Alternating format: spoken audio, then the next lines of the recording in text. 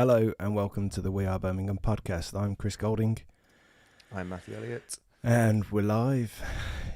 And we're back. Yeah, we're back and we're live. Should we explain first the reasoning for the delay of coming back and being away? Yeah, you can do. Good place to start. When was the last one? Was just it before Christmas? When I was eating mince pies and ice cream, I think. And then you went away to Florida, didn't you? Yeah. So I was talking to an old friend that I saw for the first time in years in the fan park the other day, and he said, "Where's the podcast gone?" He was like, and we said at that point, just before Christmas, I said, "Oh, we'll probably do one in the new year, won't we? It'll probably be in the new year." And you said, "No, we'll try and squeeze one in surely over Christmas." Yeah. And it's been 2 months. So, yeah, apologies for not being around, but life and whatever else has got in the way, and the family commitments. Tuesday, so many midweek games. Tuesday, Saturday. Cup competitions have made it quite difficult to fit stuff in. So obviously, there's only 2 of us today as well. So yeah, so we've decided to try a new thing, try and get a live broadcast going. We don't know whether it'll work. We don't know how well this is going to work, but fuck it, let's have a go. Once a week now, hopefully. We're going to try and do it once a week around the games. It just saves as well. When I'm available. Yeah. When you're available. So it just saves the editing as well. If we can do it this way, we can broadcast it live. And then out straight away, or out as quickly as possible. So. But yeah, we're back. Apologies for being away, and thank you very much for everyone who's asked where we'd gone, if we're okay. We are okay. It's just busy schedule, busy Blues schedule. Everything's just been a bit chaotic. I have missed it though. Actually, I have missed just having something to vent. Yeah, mess. It's not really much to vent about. Not at the moment. No, it's going too well. Referees, but that's another question. And shithouse teams and opposition and time wasting and all sorts. We can get into that. So I guess how was Orlando anyway? What's because I don't think we've even really spoken that much about stuff, to be fair, have we? No. It was it was a special trip. It was my missus's 40th, so it was for her.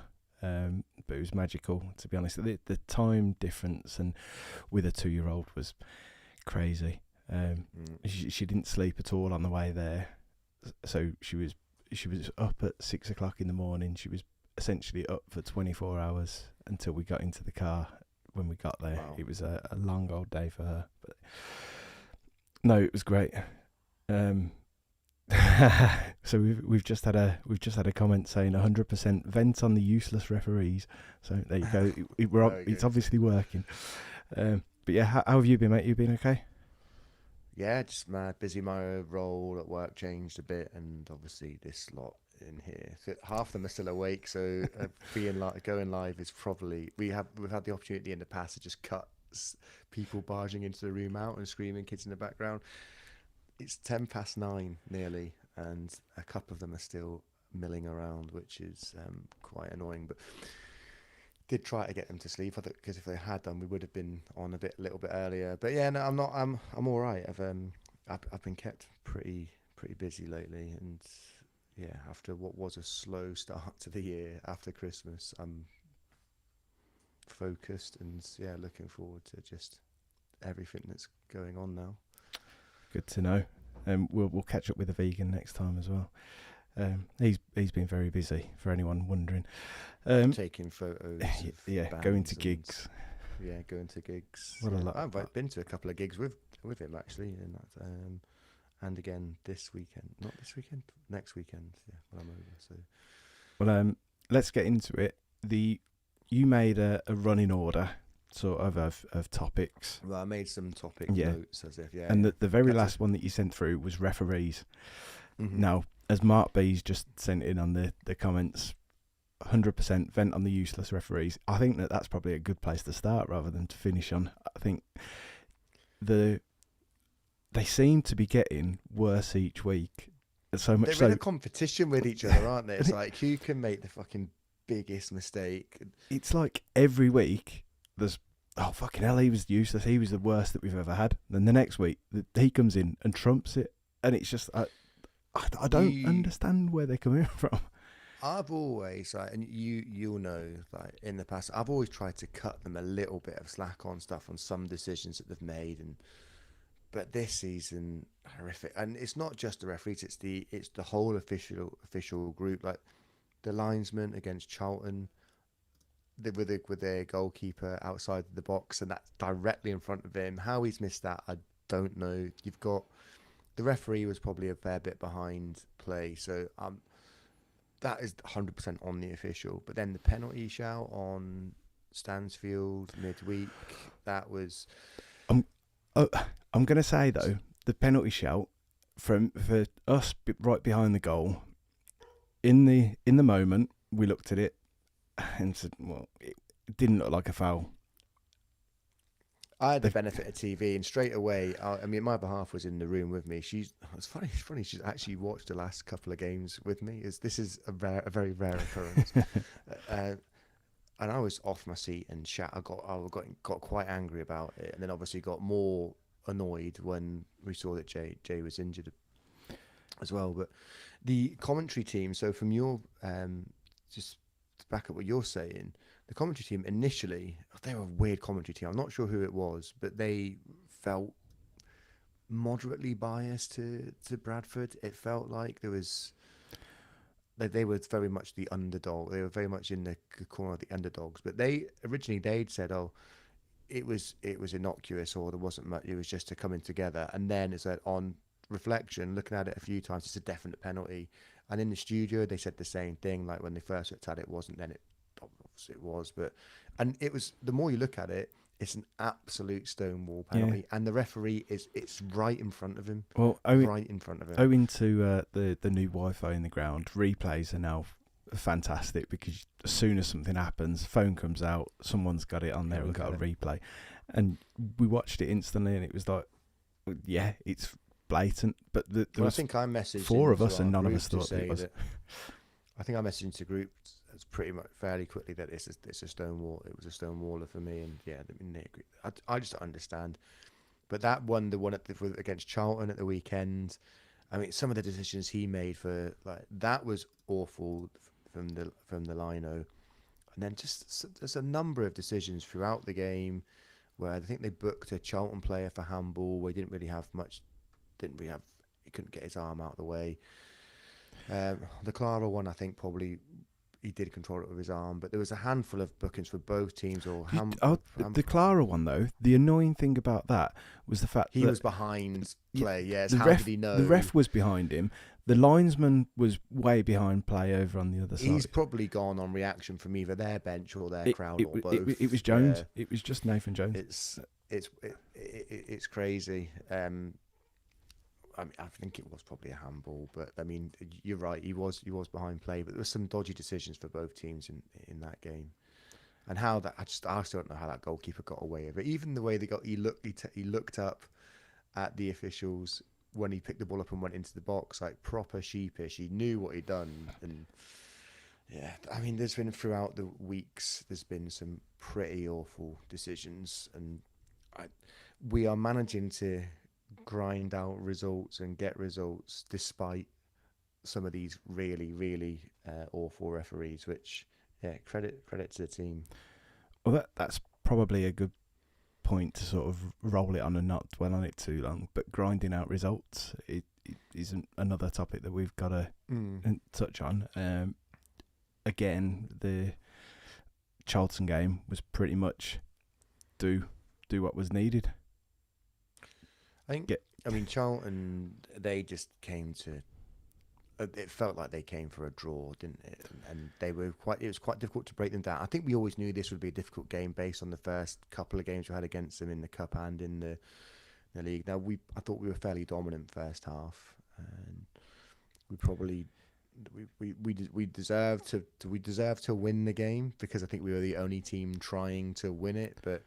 There's an element of control for us and I just don't think Charlton ever really looked like they were going to ever really give us a headache. It was quite a frustrating watch, which a few of our games have been, but So we are grinding out results one way or another, which is impressive in itself, I think. And that's we always seem to find a way, and that's what good teams do. Well, there was that interesting article that we sort of read and discussed today. The not the top 20 article. Hugh Davis, is it? I can't remember who it was that wrote it, but basically saying Burnley and the way that they're suffocating teams, and the way that Scott Parker. What was it that Clive from QPR said? What was his comment? Forwards, backwards, sideways, backwards. Come on, live a little, take a risk or two, and it might be fun. Football's supposed to be fun or something. No, it was he's got access to a nuclear weapon. Oh, but he's trying to do something with a matchstick or something, and it was like, I totally get that. But I think Blues are in a different scenario, and we've had this discussion. The opposition that we have are putting everyone behind the ball to try and keep the score down, whereas the majority of teams come in with the game plan of damage low limitation. Block, trying to hit us on the break, play for set pieces, shit house. Rough us up if they can. Bradford in the cup, I think they started time wasting in their in the quarterfinals. That's how early they started time wasting against us. It was utterly ridiculous. It started from within about 30 seconds, and it was until they went behind, and then they were a different beast. Then I mean, credit to them. They came in with a game plan to try and frustrate us, and I think to a certain point it did. But most teams are trying to do that against us. I mean, I don't think we'll see Reading do that at the weekend. I don't think we'll see Wickham do it in a couple of weeks. But the majority of teams we seem to be playing are doing that.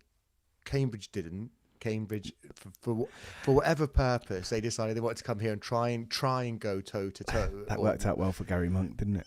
Yeah, well, he's gone now, hasn't he? But they got Neil Harris now. Did I see? Have they? Neil Harris has gone back there. I thought I'd saw some earlier, but I missed that. If so. Cambridge are bottom of the league for a reason, and I was just very, very surprised that Monk didn't want to come in there and just play like low block 5 at the back or do something, and just, they looked like they were they were very open. They're one of the most open teams to come to the thing is though, maybe that's a result of where they are at the moment, and it's just like, because we're sitting there, we might as well go and have a go. Yeah, I mean, I guess we would have been classed as a free hit, wouldn't they? No one expects us to win. They didn't expect to win. But if we go and try and take the game to them, which, they struggled to even get beyond the halfway line. They at least looked like they were trying to do that, and they were just so open and so disjointed, and we took advantage of it. And really, that game could have been 7 or 8. I think it would have been lovely to have seen that, but it was nice to score 4 at least. Oh yeah. The 4-0, the famous 4-0, but we obviously couldn't. We didn't do predictions for that one, so no. Otherwise it would have finally come in. That article, I think you're spot on. I think it's very different for Burnley, the way the teams they're facing aren't setting up in the same the blueprint, this template of trying to frustrate us and play low block and etc. And also, I think they are very, very heavy possession based and don't seem to. We seem to have adapted a little bit more to this league as time's gone on, in the weather and the pitches, and we're not afraid to go along. We do it quite a lot more often than we did now as well. There was a moment on, I can't remember if it was Tuesday night or if it was on Saturday, but Clara found himself under a little bit of pressure over on the right hand side by the touchline, and instead of like where we'd have before at the start of the season, we'd have tried playing it out of there, we'd have been in a bit of trouble and we'd have tried playing it out, and he just went really direct. Like, it wasn't a hoof ball, but it was just more direct. It was like, right, okay, I'm in a bit of trouble. I know that I've got a man over there. I'm just gonna go long over there, and it's nice to see. Like, for me, it's a balance it's like we are controlling games still. We are keeping possession, but if you're under pressure and you're in trouble, like, don't overdo it. There's a time and a place for it. And we do tend to invite pressure at the back there where we knock it around. And sometimes I think actually now I've come round to it, like using Allsop or Clara or Davies to just drop a long ball or drop a ball over the top.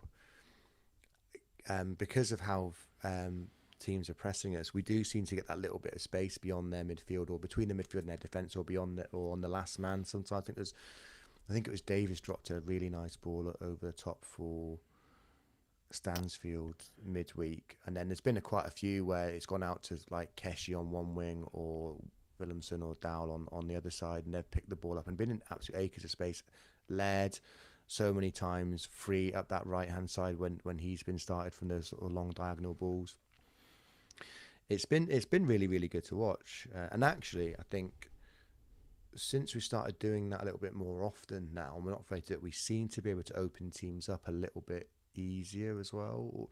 It still can be a bit of a chore and quite frustrating sometimes, but I think actually there's more, what should we say, there's just more tools in the toolkit now, isn't there? I think so.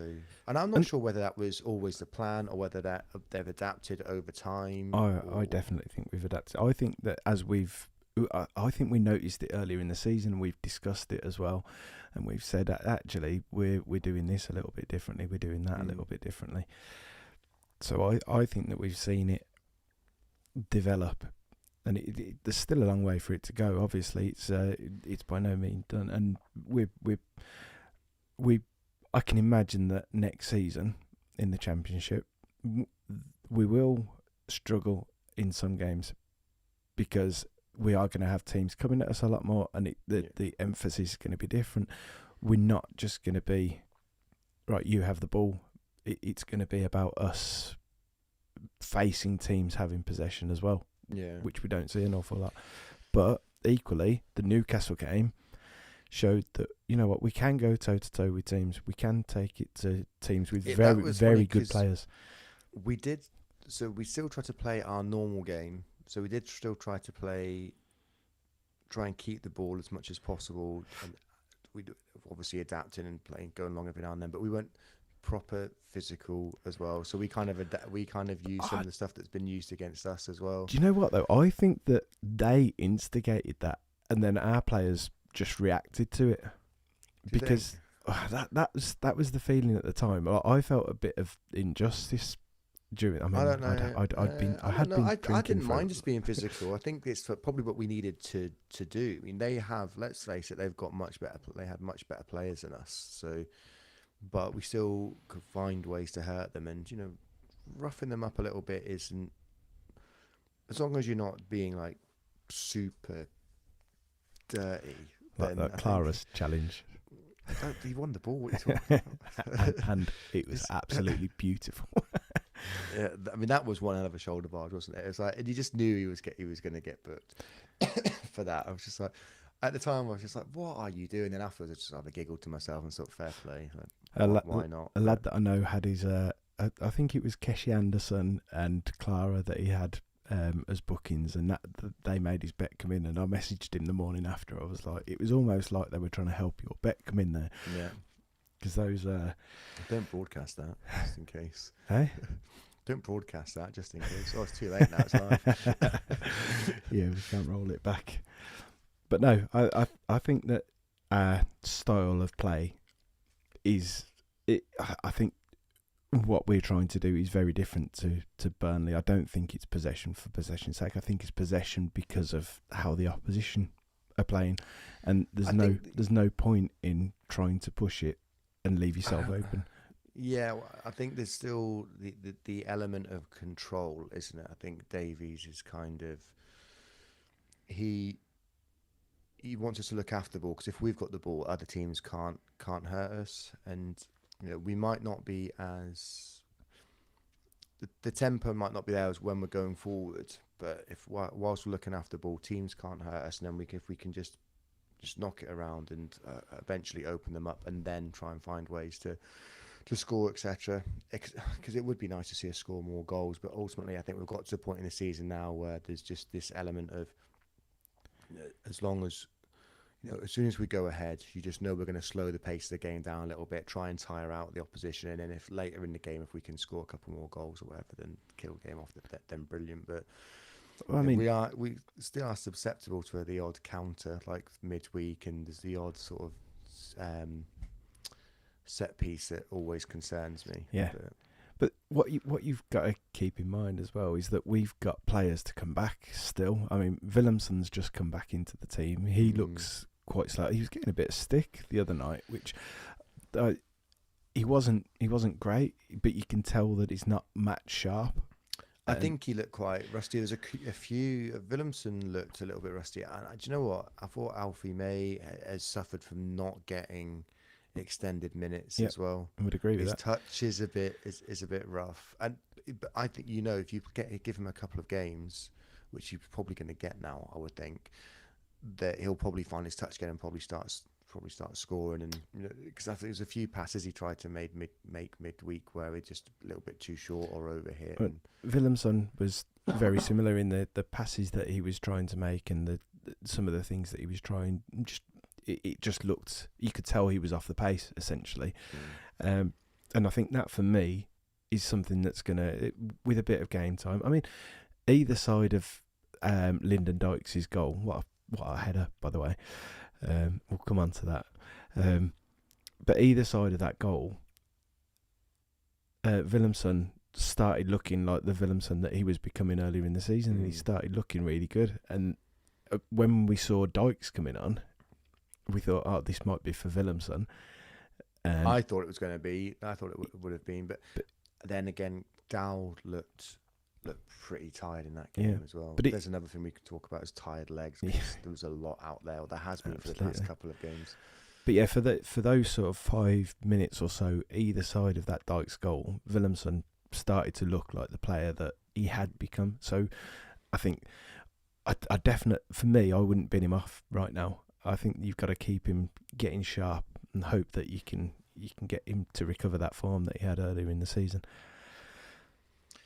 I mean, there's not. At the start of the season, we had quite a few options in that sort of three behind the striker. It very much seems now that Jay is the first choice number 9, although I think he's probably going to be out for 2 or 3 games maybe. Dowell, I think, has completely changed the dynamic of the way we play, the creativity, the set pieces, the link-up play. I think we look far more dangerous since he signed and became part of the team. He looks head and shoulders above most people in players in League One. It's quite funny because if you think about the reaction of so many of our fans online when we signed Kieran Dow, like the negativity for this season, given how positive we've been most of the time. I know there has always been pockets of negativity by some idiots. It was quite surprising how negative people were around the sign of Kieran Dow, and you don't really have to look at what he did when he was on loan at Forest and what he did for some of his time at Norwich. In the Championship, the next league up to League One, to know that he actually is a very, very useful player. But I think he's completely changed the way we play going forward. I think he's definitely given us a different dimension. There were a lot of people drawing similarities between him and Willemsen, which I can see. There is a definite similarity between them. They're obviously both quite tall and left-footed, aren't they? They've got a very nice, delicate touch, and they do seem to be able to have that sort of creativity and vision to open up defences. Well, Dow frustrates a hell of a lot of people for the fact that he tries that clever flick. He tries that the trick pass almost, where a little back heel or a flick. And I mean, it won't come off every time, but when it does, as we saw against Cambridge, when it comes off, it can be fantastic because that created the whole move for his goal. So I think when you've got a flair player like that, you've just got to allow them to do it. It's funny. I'd reposted that goal because I thought that goal was an absolute beauty on Instagram, and there's a guy over here that I know who Shock Horror is a Rangers fan, and he was just like, "How is Dow doing that for you? He's clean shite for Rangers." I was just like, he's been really good since he signed. Then we got into a conversation around Ben Davies, and he could not believe like how much we all rate Ben Davies. He's just absolutely dreadful for Rangers. It's common theme. Hopefully they've got a few more players we can take. We can take from them. Have they got any more shit players that we can? Well, I saw a really interesting point online that someone made, and it was: do you think that these players that have supposedly been shit at Rangers, do you think that it's the pressure of playing for Rangers, that because there is a lot of pressure up there, because you like it's at times more than just football, isn't it? Yeah. With the religious stuff that goes on. So is there too much pressure for some players, and then when it comes to it, it can't perform? It's a bit of a pressure cooker, isn't it? I think you're probably right. I think it's a fair comment, but I mean that's only going to get it's only going to get more and more like that at Blues. So I mean, some of these players won't be with us for the full journey, but for the time being, you know, if we're selling out 29,000 every week and going to Wembley, whatever. Don't you mean 62,000? So, oh yeah, no, was it? It was 52,000, wasn't it? 52,000 something. Yeah, the typo from the press association. No, I'm on about the new stadium. I wasn't on about the typo. Oh, sorry. So I thought you were talking about the typo from the press association. Is it going to be 62,000 or 60,000 in the? Well, it's 60,000 for NFL games, isn't it? That's the minimum. I think they've said 62,000. I think that's the number that's sort of floated around. Fair. But that, I mean, yeah, that's going to be pressure. Deal with it. Yeah, absolutely. That's a few years down the line, and some of these players probably might even have been retired by that point, so they have to worry too much about it. But probably worth sort of mentioning then. So obviously we are. How many games are we in now? 29. We've played 29. Some of the league have played 31, haven't they? 31, 32. Stockport on 32. But yeah, we are 6 points clear of Wickham. And most importantly, we are 11 points clear of Wrexham.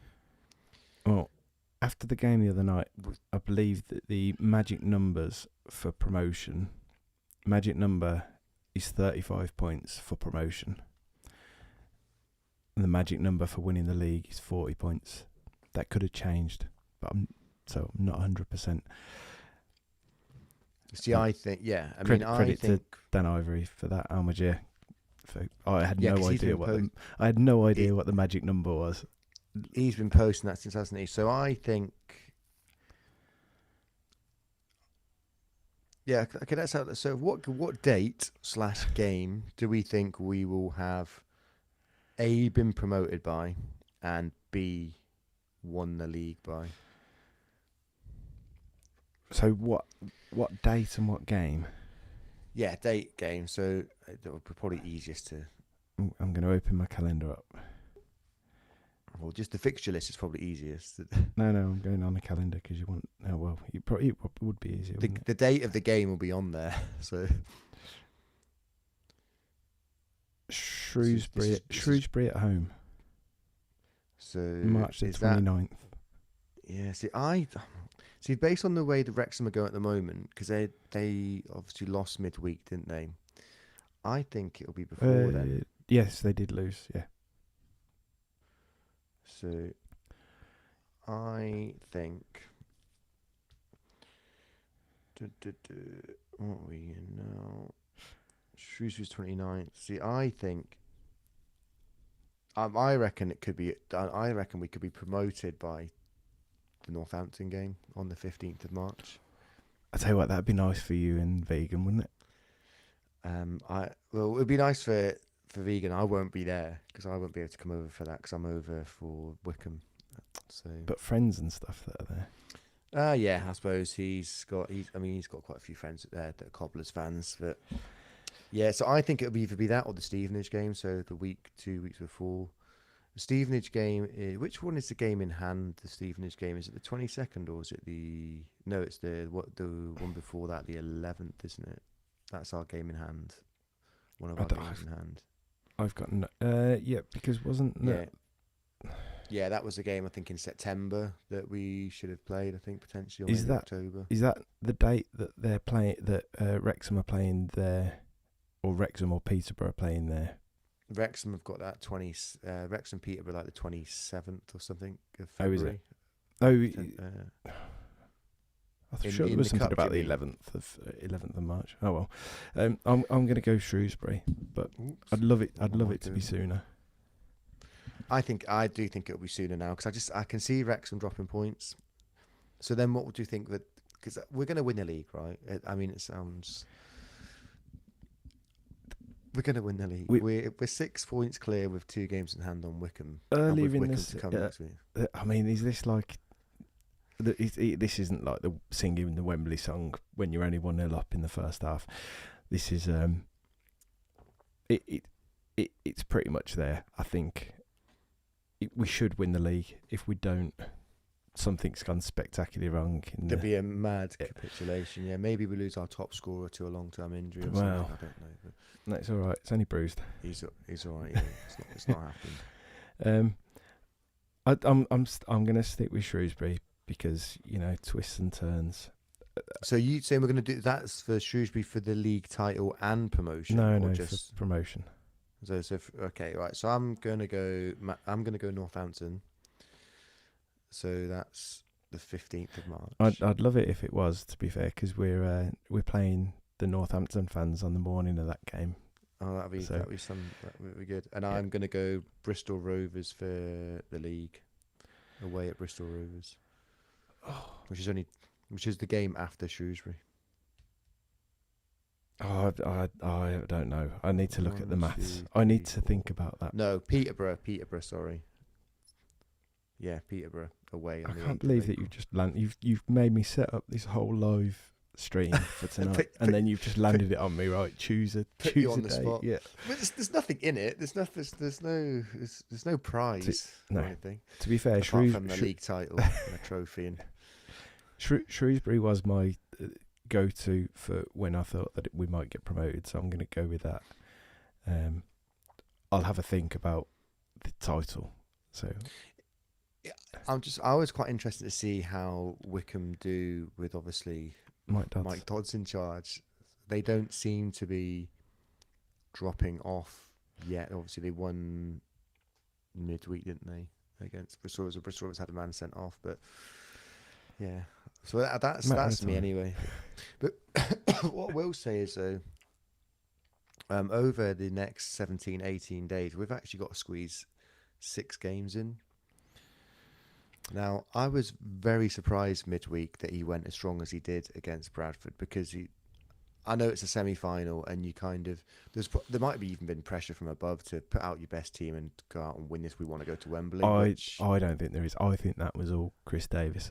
We've seen his desire to win games this season, and it doesn't surprise me one bit. That the big thing for me was the goalkeeping decision, because that was a big surprise. Because when I first saw it, I was like, "Oh wow, he's gone for that one." But that, like, you didn't need to look at the rest of the team to know that he wanted to win that game. That was, I've gone with my first choice keeper. We're in for this. And do you know what? At that stage, when you're a game away from Wembley, I don't think you've got any choice but to try and win it. They looked mad tired though, didn't they? Even towards the end of that first half, even though we just scored another lovely goal by Jay Stansfield, even though we just scored, we still seemed so tired. Then we came out second half, and we obviously knew Bradford had to go and do something. They couldn't just shithouse for 45 minutes like they had been doing or trying to. Yep. And I mean, fair play, Bradford put a lot of pressure on us, but we looked so jaded, so jaded. I wonder what his plan is this weekend against Reading. I know we'll get into that at the end, but for me now, you've got the final. It's not till like the 13th of April. You've got a very tight space of games, 6 games in 17, 18 days or something like that, I think it is. He's got to rotate. he absolutely has to rotate these players. Well, Paul on live chat has just said the thing for him at Bradford was the two players that have had injuries this season, historically, Laird and Anderson, were rested. And I was just about to bring that up, that in that game, we probably missed their impact. I think I sent a message to you guys, said we really missed these two. And actually, we looked a fair bit better when they came on. But I completely understand why, because like Laird was blowing after about 70 minutes in the Charlton game. You could see that he was done. He was knackered. Well, this must be the longest run of games he's had without being injured for quite a while. I mean, I don't want to tempt fate with that, because actually he's been really key to the way we play, and I think it has been good as well. There's a lot of people that were on his back a lot. Appreciating it now. And even this season have now completely changed their view on him. I think, to be fair to him as well, I think one of the things that he lacked was a bit of composure in that final third. And that, I mean, sometimes now there's a little bit too much composure. Like the Bradford game when he came on the other night, and it was like, just take the corner, and he was like trying to beat him, man. But he looks like he's adapted his game and he's giving it a bit more thought. Yeah, he's worked on delivery. He's worked on just the way he plays in the final third. I was trying to think of the right word, but there's definite change, because he's always been he's probably one of the most athletic players, if not the most athletic player, maybe the fittest player in the squad when he is actually fit. The amount he gets up and down that right hand side. Well, we mentioned it before, didn't we? That he can, with how he plays, with his energy, he can attack and still get back and help with defending as well. And from a technical point of view, and we've said this before as well, like his feet are so, certainly with his right foot, and we've seen him cross a really good ball with his left foot as well. He's technically sound as well, from he can dribble past players. And more often or not, if I see him one-on-one with a left back, and most of the time he's going to beat him. He's going to do that little shimmy that he does. It go left and then quickly go to the right, and he'll either cut inside and win that penalty like he did. I think that was against Cambridge, wasn't it? Or he'll put a ball in, and his delivery's got far more dangerous, and he just looks like there's a lot more drive. He's driving in the right direction. I've been really, really impressed with him, super impressed with him. Do you think that there's potentially something in there that maybe Chris Davis thinks, if Keshi's not playing in front of him, to maybe switch it up and play someone else at the back, because Keshi Anderson does a hell of a lot of work protecting. And Keshi's normally he's been more effective on the left hand side, hasn't he? So they've kind of been flanking either side when they've been in the side together, because you've got the left footer of either Dowell or Williamson on that side, because they essentially come inside and be like that second number 10, don't they? Yeah. And then you've got Ethan Laird on that right hand side, so you've almost got 4 players behind Stansfield at that point. Yeah. 4 players. But I've been super impressed with him. And Keshi Anderson, again, we said earlier in the season, super fit again, getting through yards and yards. The creativity's there. He's scoring goals. His link-up play is fantastic. He was absolutely superb against Newcastle as well. I thought it was a real standout performance for him. I've really, really enjoyed him. And again, say midweek, we really missed him, I thought, from the start. But they needed a rest, because they think we started to realise that they are pretty important for us going forward. Well, another comment on that from John Merrill on YouTube. Leonard and Taylor Gardner-Hickman injuries have hurt us, not being able to rotate that midfield around. And the Leonard one especially, I was talking to someone today about one of the most critical things that I can be of Chris Davis is his squad management, the rotation of players. We've mentioned it numerous times that Leonard really hadn't been playing enough, and he'd played Peck and Iwata almost to the maximum, and it was he could have used him. Now he hasn't got him. You're right though. We said about it previously, and I know it's very hard to drop those two, but the amount of games we we had coming up, and we knew if we were going to be challenging for the Virtu Trophy as well. Like, I know that's when they were bringing in Leonard and Hickman at that point as well. It's, I agree. I think there's been ultimately you can't argue too much because we've been getting results where 6 points clear of second place, 11 points clear of third place, and we're in a cup final. So you can't argue too much about it. But that is the only one spot I think sometimes it's maybe a bit of a blind spot. But at the same time, he must be going on data that they're getting from training and from the sports science team and stuff like that. Obviously all on super greens, aren't they? It does make a big difference. The TVX super greens. Tom Brady super greens. Yeah. The second part of that question was, or not question but comment, was Hanley or Bielik didn't get a start on Tuesday. Perfect chance to rest Davis or Clara or both. And for me, I think it was just purely he's got his trust in those two centre backs. He wanted to win the game, and it was like at the moment it's their positions to lose. Yeah, because I fully expected Bielik and Hanley to start against Brentford. I was quite surprised when neither of them were involved. Perhaps it is with that in mind that it is then just onto the league. So there's the big run of games, but yeah, it probably would have been. But imagine if he'd brought one of them in, one of them fucks up, be it a wayward pass or it's like just a missed header or something, then instantly you get the critics saying, why have you done that? Why haven't you gone with your strongest team? You've cost us a day at Wembley. So I get it, to be fair. I understand it completely why he's gone, why he went as strong as he did. So then I rate it. We can so, the league, as we've said earlier, the league is almost done. It's going to be very difficult to throw it away. So why not? fair comment. And also once we've got to that point, once we've got to the Stevenage game and we've won it, he can rest as many players as he wants, I guess, and then save some for the cup final. Wow. What? Well, though, so we've talked about winning. We've talked about promotion. Talked about winning the league.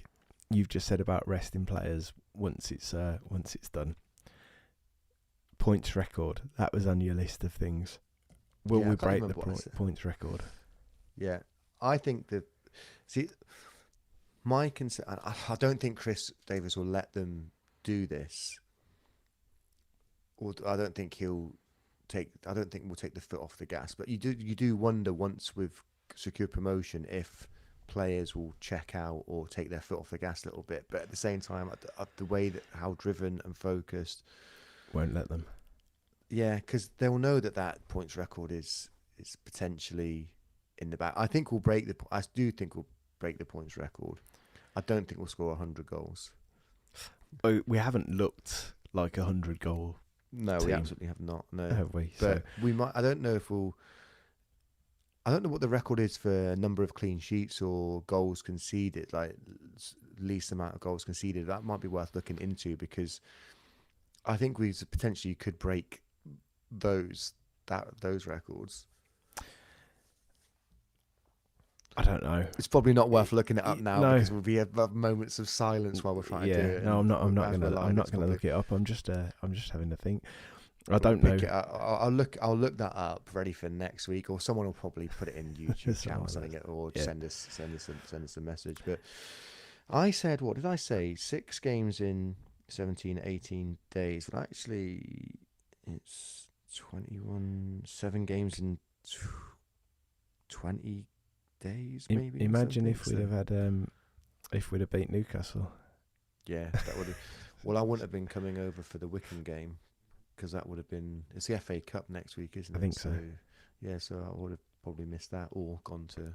Who would we have got? Brighton. Is that who Newcastle got? Do you know what? As soon as it was, I was surprised it wouldn't have been Blackburn. I found it very hard to get up for the FA Cup, but that was obviously that game was a different kettle of fish against those because I think we put our stamp on that. But Yeah, so I think we'll still break the record. I'm pretty confident we will do, but just because of the way we're tracking at the moment, it even with a handful of injuries and tire players, we are finding the way to grind out results. I was going to say that as well. Like, there's no transfer window now, but we've got players to come back. So now, if Stansfield's out for a little while, for a few weeks, we've got him to come back.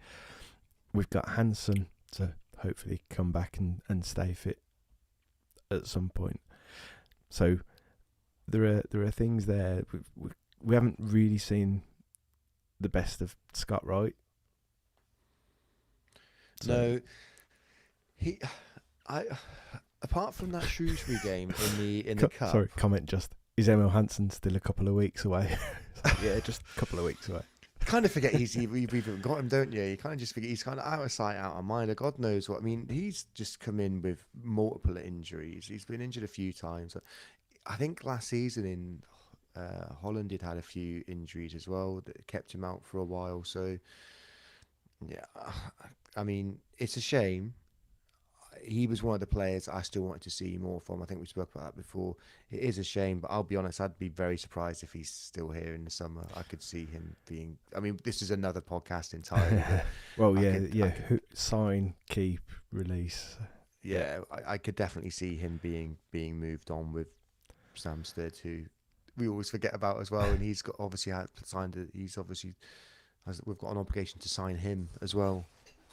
If we go up, which obviously looks very likely. Wasn't it if we don't get relegated? Yeah, I don't know if that was lost in translation or something, but yeah, another one that, I mean, you get it. It's like the South Korean left back whose name I don't want to butcher. Myung Jae, is it? I can't remember. I thought we would. I don't want to butcher it, and then has a go. And then I did, yeah, and then probably butchered it.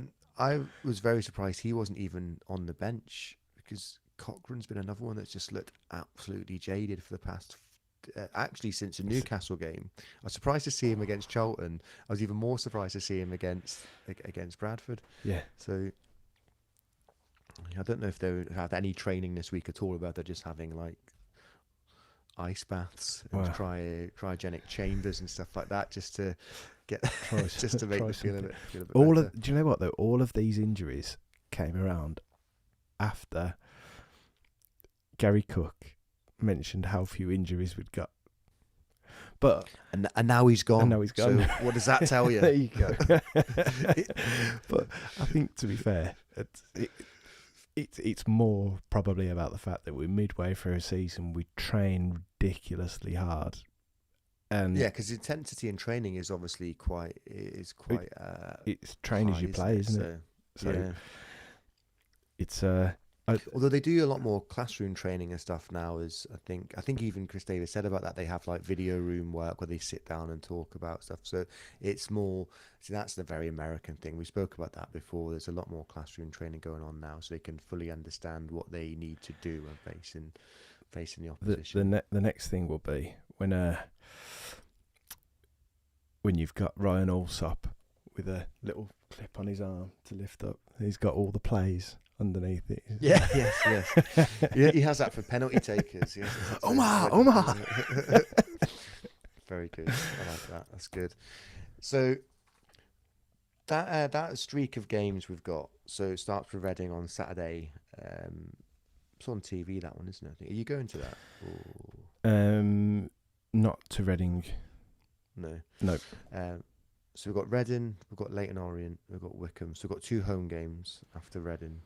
Do you know the reason why? It's just been fixture exhaustion for me, like the last few weeks, and the amount of home games.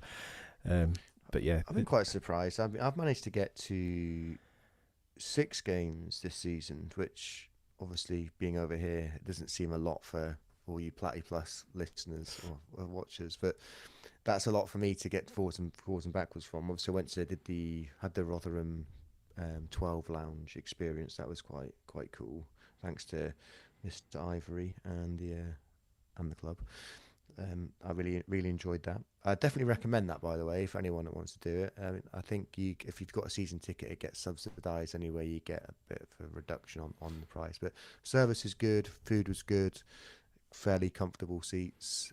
It was still freezing, so they're not heated, but and then obviously the bit beforehand where you down as the players do their pre-match walk and stuff like that was kind of I mean, think for younger people, probably quite a lot of fun. I just wanted to go and sit down and have a drink somewhere. Yeah, but it was quite nice either way. For me, it just doesn't appeal to me. The game that I went in and sat in for the hospitality in the sponsors lounge. Yeah, I don't remember if we spoke about it on the podcast, but I ended up just walking out and walking down to my safe standing seat. to your seat. Yeah. See, the seats were still obviously still in the Gilmerick, and they're just padded they're at the back. Yeah. So I mean, you were still outside for that bit, but the inside experience, obviously, it's low level hospitality. It's like an entry level type stuff, and it's quite nice they've done something that's probably a bit more affordable for maybe people that haven't got the money to spend way above that. So I was told that area as well, because that was meant to be the city view. And yeah, I think that is still possibly happening though. 2 windows, yeah, it's happening at the end of this season. I think it was something to do with the rail and stuff behind it, but that is happening, and that then will make it a hell of an experience to have that view out of the back, the full back. Anyway, moving on, because that was my fault. 'Cause I went off on a tangent about the 12 I've talking about Rotherham, as we usually do. Yeah, that's just what we do. And we're out of practice as well. So wow, it's probably only going to get worse. So wrong hole. Let's just go through these games. This stretch of games to see how we think we'll get on. So we don't have to give you a score prediction, but just what you think the result will be. Is that right? You know what I mean? So Reading, win, lose, draw, win. Fair. See, I'm worried because of how we were midweek, and I know we're Reading now, but it's 8th or 9th or something. They're still milling around, aren't they? They lost their manager. Who have they got? Is it Noel Hunt they've got in charge there now? Yeah, I think is Noel or Stephen. One of the Hunts. Yeah, one of the Hunts, absolute Hunts. They're probably both there, aren't they? A pair of Hunts. They haven't. They have pair of Hunts. They haven't left. So you go for a win there. I'm concerned about a draw. The only thing that annoyed me about the draw is obviously we drew against them first game of the season, and they'd be probably the only team that we haven't beaten this season by the end of. That's going to be. That's going to be in Davis's head as well, isn't it? Yeah, most likely. He'll have loads of little targets and stuff like that. Yeah. Leyton Orient, we're at home. That'll be the tough one for me. I think they're very good. They're on a great run, very, very good run. Give Man City a game a few weeks ago in the FA Cup. They are in the promotion, the playoff places at the moment, aren't they? I think. Yeah. And they gave us a really good game down at their place, and probably they could have. I mean, we hadn't clicked at that point, but they were. So we've obviously improved a lot since then as well, but. It feels mad to say it because of the name of Leyton Orient, and it's not someone that you don't associate them with being a good team. Like to be fair, I don't associate Wrexham with being a good team. But we'll get onto that one in a bit as well. Yeah. But they're not someone that you would normally associate with it. But they're in good form. They set up very well. They set up very well against us before. Like you said, they gave us a really good game. I'd take a point. I think.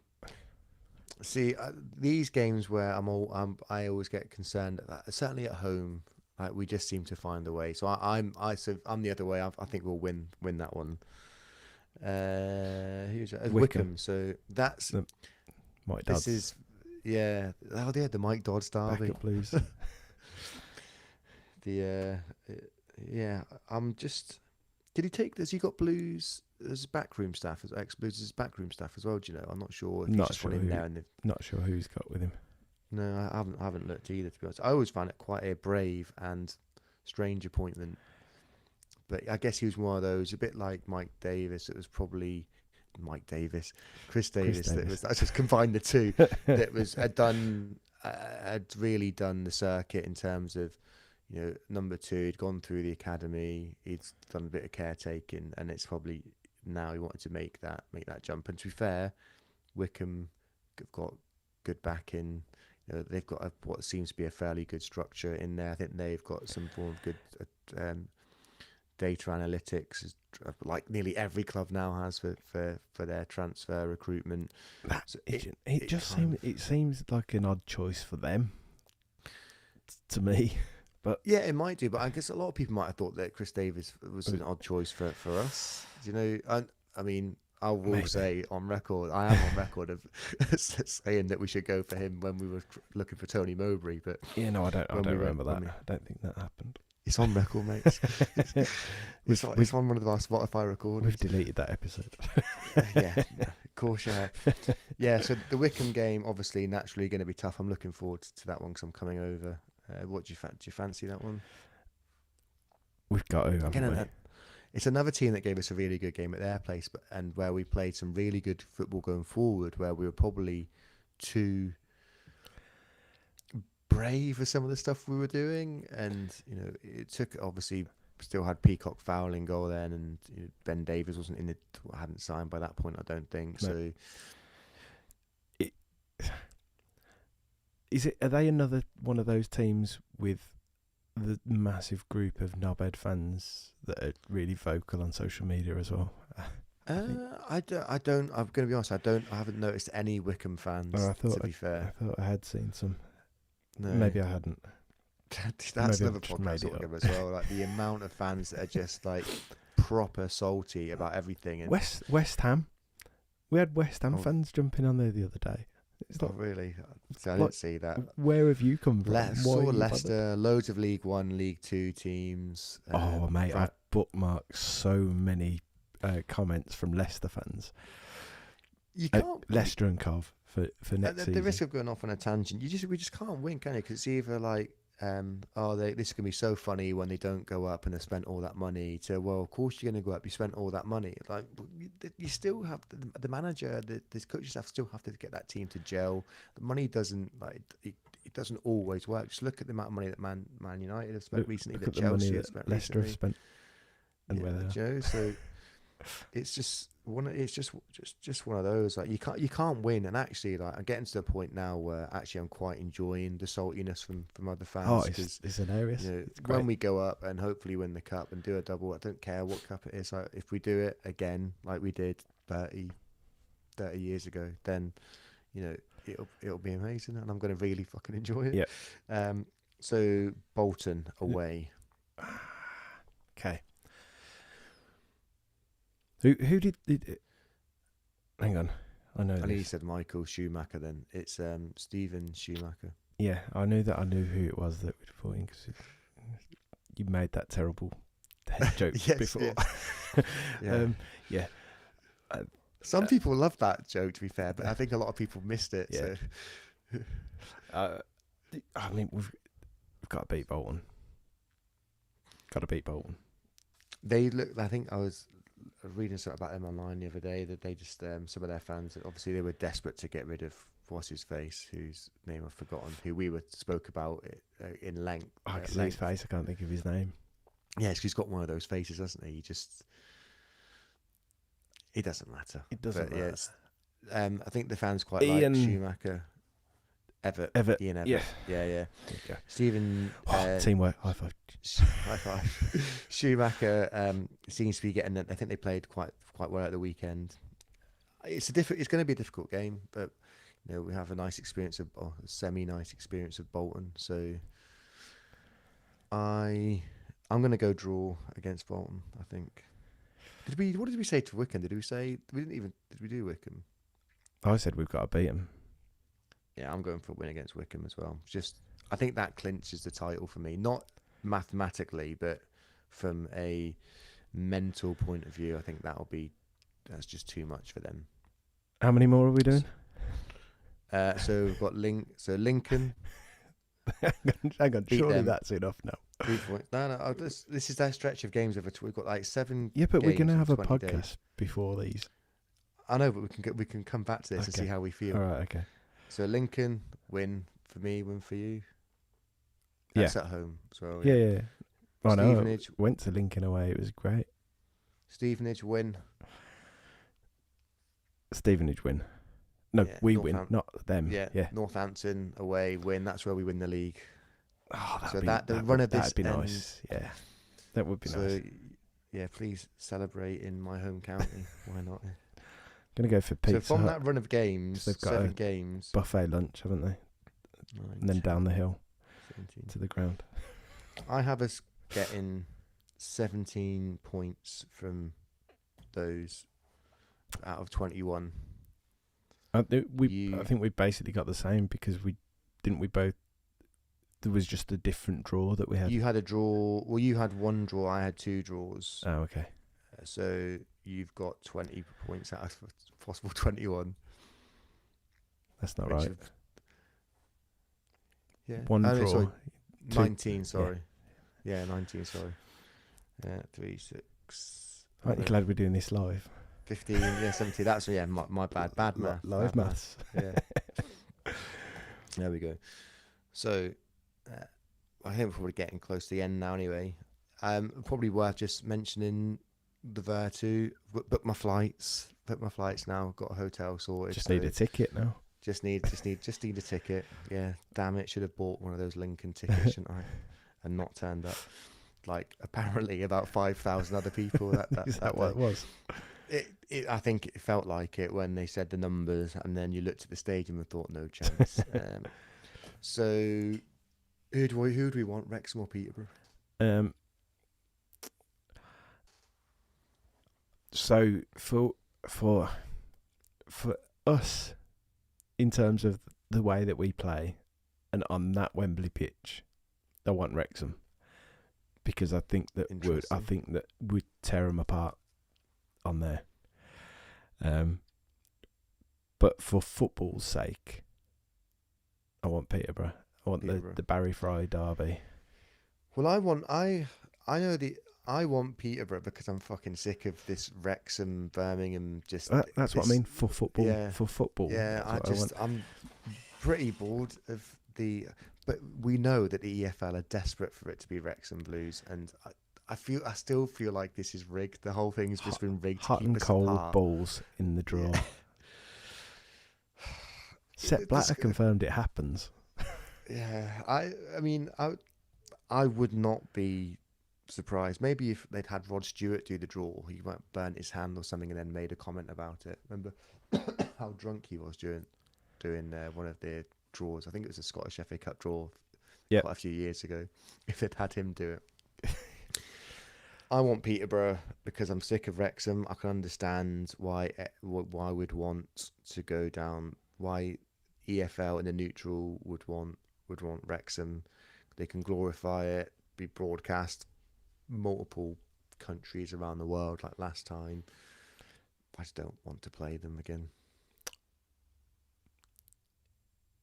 So I for football I don't. For us I do, and it's purely because I could see us taking the piss a little bit on that pitch. I think it was different at their place. I think in Wembley with a massive back-in and on that big pitch, I think that we'll probably have double the amount of their fans, won't we? I would imagine it. If we're allowed. If we're allowed. Yeah, that's another thing. Obviously, we probably won't find out until maybe the first week in March. Like, how many tickets we're going to get? I imagine it's going to be somewhere between 35 and 40,000. Yeah, and I don't see Wrexham doing anywhere near that. So maybe we might get more, but I don't know how the rules and regulations around that work. They barely sold 5,000 for the last round, but watch them come out the woodwork if they. Bolton a few years ago got 20,000. Got 40,000. And then I think last year it was Peterborough, Plymouth, was it? No, not last year. Well, 2 years before ago, that. Yeah. Was Peterborough, Plymouth, and they only got 25,000 each. So obviously there's some of that goes to corporate and then a lot of empty stand. But I think the EFL will know that you could give us 80,000 and we'd probably be close to taking that. But, yeah. I mean that's maybe a bit extreme, but no, I think we would. I think we would. would take because a lot. we do have our like I know people that have been to a handful of games because I've sort of given them offers the last few seasons to try and encourage new fans. And as soon as we won the other night, right, need 4 tickets, please. You should have come to some of the games. You'd have had a ticket for it. And that goes for you as well. That you weren't that person. I definitely was not that person. That's people in Birmingham. But there are fair weather fans who, when it comes to Wembley, they come out and they're like, yeah, I need to go, need a ticket. Like you could have guaranteed one. Well, I've been to. I was. Who was I talking to the other day? Oh, it's a customer. It was just a customer because they said, "Oh, you got to the final. They bet you pleased about getting to the final." I said, "Actually, I am. Yeah," because I thought he was taking the piss because there's so many people like, "Oh, it's a Tin Pot trophy." Because a few of my mates back in Northamptonshire had all sort of taken the piss. So is that what the Papa John's Cup used to be? Papa John's Cup was called? Yes, it's that one. But we've won it twice before when it was in different guises. But so you just came across as a complete knobhead to you. Yeah, I am actually. Yeah, so what of it? And if we do win it, that'll be the 3rd time we win it. We should definitely get some form of like star on the shirt or get to keep the trophy or something along those lines. But as I was saying to my customer, like, since in my lifetime I've been to see Blues at Wembley 4 times, and 3 times. This will be the 4th. Obviously, we've won all 3 of those games previously, so got to carry on the trend. You see, Wembley, yes, but then if you include cup finals, if you include Cardiff, then no. I went to Cardiff. Yeah, I went to Cardiff, and obviously we got beat by Liverpool. But then obviously we got promoted in Cardiff against Norwich. So that wiped it out. But yeah, went to those as well. But yeah, my Wembley record is solid. So happy days. The last little comment that's come in, John. Got to be Wrexham purely so we can see them cry on their documentary in a season or 2 when it comes out. Yeah, I get the enjoyment there. And actually, I do. There's a handful of people I know that aren't Wrexham fans, but they've started taking an interest in them because of the TV, because of the Disney show. I think I said to when we beat them 3-1 that first game, I was getting a bit of shit in my football chat from people, and then I just stayed fairly quiet for the whole thing. And obviously, once we went 3-1 up, I just had that picture of Kermit the Frog sipping his tea.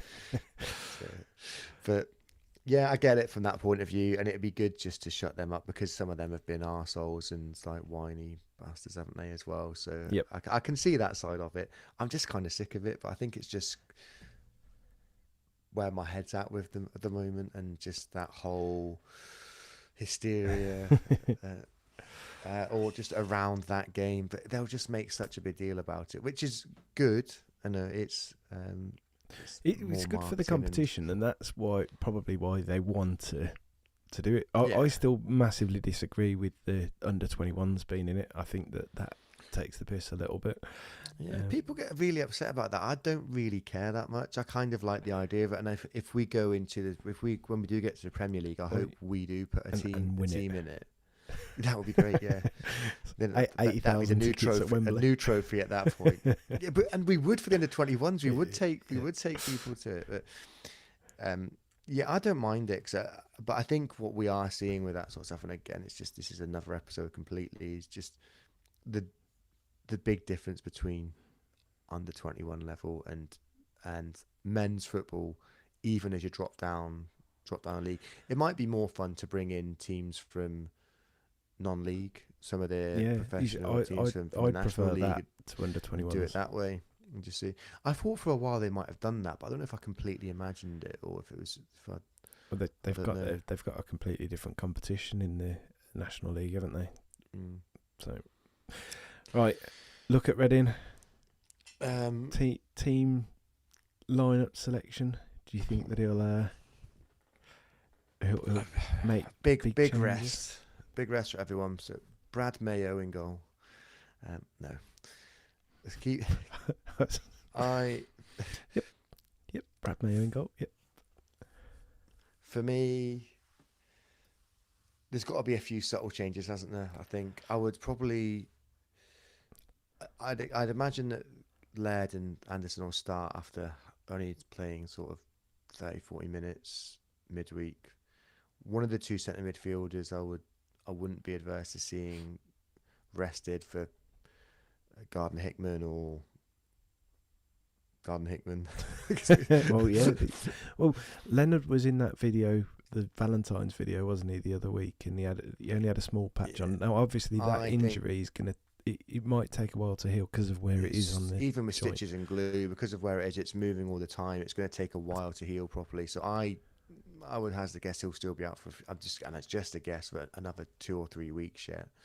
I think it's just too dangerous to be back out and moving that sort of motion repetitively over what could be a 90-minute period. It's just not. It's probably not worth it. So. You never know though. He might be like super healing. He might be like Deadpool. And maybe done. Yeah. So probably not though, because if that was the case, he'd be playing, wouldn't he? Well, yeah, that's true. Actually, yeah. So Alfie May probably maybe starts like a up top, slow Deadpool. Alfie May's in. Alfie May, yeah, because Stanfield's probably going to miss 2 or 3 games. No, so we've gone straight away. Alfie May's in. Is Alfie May in, or is Lyndon Dykes in? I would play them. Alfie May both. is the more ready replacement. He gives you that energy up front, doesn't he? And he needs minutes anyway. I wouldn't be adverse to seeing both of them. I kind of like that. I kind of like Dykes dropped off, just sort of like not quite a 10, but maybe like the 9.5 sort of role. As like I think we used to say about people used to say about Harry Kane. Yeah. He's not quite a 10, but he's not quite a 9. He's sort of just in between. I wouldn't be adverse to that. I would just see Keshi back, and then I think Williamson needs minutes, but then I'd also like to see Kieran Dow in there. But it could be Kieran Dow plays further back in centre midfield potentially. Maybe you play Dow and Gardner Hickman. I don't know. I can't see him changing both. I think he'll keep at least one of them. I mean, we've seen earlier this season where he hasn't made changes where we've expected the midfield to change. So. This is the thing, isn't it? Like, I mean, he gets all the data from the sports science team, but I mean, I would rest Iwata because I think you had Paik out for a few games. He's probably had I know he was injured, but he's probably had a little bit of a rest. Would you change your centre back pairing? No, I wouldn't. Would you break change it. And Cochrane? Potentially, I would, but well, I'd maybe want to save. What's his name to come in at left back? Save him for a home game instead. What's his name? Myung Jae Lee. Myung Jae Lee. That's it, isn't it? Yeah. So you're saying save him for a home game, not an away. No, I don't know. I just don't know if you'd throw him into an away game against Reading, who I don't know. I mean, there's not going to be a crowd there for Reading, is there? How much of a threat are Reading? I mean, are they? I know they don't have big crowds anyway, but are they boycotting? Or no, I think they just don't get very big crowds generally, unless they're doing well. They're doing okay. Considering their situation they're in. Yeah, but I sort of mean like championship and above. Yeah, I'm not sure if he will change anyone. I probably would. I'd rotate the midfield. I wouldn't change centre backs because whilst they've played and they've played a lot, I don't think that they've overexerted. Whereas your fullbacks, your wingers, your midfield pairing, they work a hell of a lot. And not saying the centre backs don't work, but it's a bit more relaxed and recovery time is probably a bit lower. Yeah, I wouldn't be surprised if it was almost the strongest team of players that are available. To be honest, now the more I think about it, and then he might rest a few for Leyton Orient because we've got Wickham on the Saturday. Yep. So you might think of that. So it could still be the strongest team possible. Well, Mozza on the comments has just made a good point as well. Bielik, that we were obviously considering as a centre back, can play centre mid, so he could drop into that. I think Davis has made a point of saying before that he sees him as a centre back, but he would, if needed, play him in centre mid. Had to use him, yeah. I I mean, don't think we're quite in that situation where we'd have to use him in there at the moment. no. At the beginning of the season, you would have said that he doesn't move the ball quick enough from a centre midfield position. Obviously, Tony Mowbray had this issue with him as well. Yeah. And now we don't. Sometimes I don't think we actually play that quickly anyway. That he might be okay if you play. And this is going. This I don't know how. Don't take this the wrong way, but if you do play Myung Jae Lee, then I think you have to play Peck as well, because I'm not sure how good his English Communication wise, is at the moment. Yeah, for communication purposes, which you shouldn't really pick a team around whether someone can speak a language or not. But well, hang on though. But I think Cochrane I think he desperately needs a rest. He desperately needs a rest. You could just have Peck warming up alongside him. Just translating everything for him. Right, you clearly need your bed, so come on, let's get some. I had a very very late night with my youngest was poorly last night, so let's get a prediction in. I'm gonna go 1-1. I'm gonna go in line with my draw. I'm gonna go 4-0 Blues. I knew it, even though you were like yeah. I just I'm gonna go Alfie May to score, like he did in the first game. But yeah, I like to see him get on the score sheet again. I'll go Alfie May. No, I'm gonna go Keshi Anderson. But yeah, I mean, I hope we do win. I desperately do hope we win, because obviously the more we win, the closer we get to winning the league and getting promoted. But I just think after midweek, the tiredness, and then with Leyton Orient and then Wickham coming up, I think a draw and then win the next two. I hope that we're just being smarter about this recovery time now and just allowing them a bit more time away from the training pitch to fully recover, because they know how long this is. He did say they have a day or two off, don't they? And then say, you're right. I think you're right. And we spoke about it earlier. The classroom training, is it like, obviously training is important and keeping fitness levels up is important, but maybe they do spend a bit more time just doing video analysis before, so they know exactly what they have to do when they get out there. And really, when they do go out and train, it's more patterns of play from an attacking point of view or whatever. But yeah, right. Let's call it there, and we'll. How long have we been going for? Hour and 20 minutes or something like that. Okay, it felt like it might have been a little bit longer, but I don't know. 3 days. But it was good to be back. Yeah, it in is. A slightly different format. Yeah, and it actually didn't go as badly as we thought it was going to with it being live. No Or maybe cats. other people will tell us differently. So no cats, no kids, no. I've definitely heard my cat tried to. He kicked him out before we started. He's scratching the door. The dog was barking. My and daughter started screaming. What, just now? No, at the start. But she went quiet back off. Yeah. So yeah, we got there.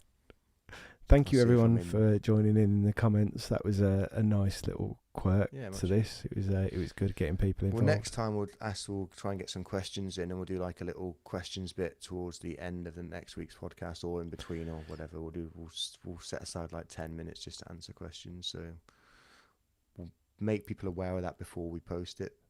Okay. All right. Thanks for the lovely comments. Good to be back, and thank you as always for listening and for supporting.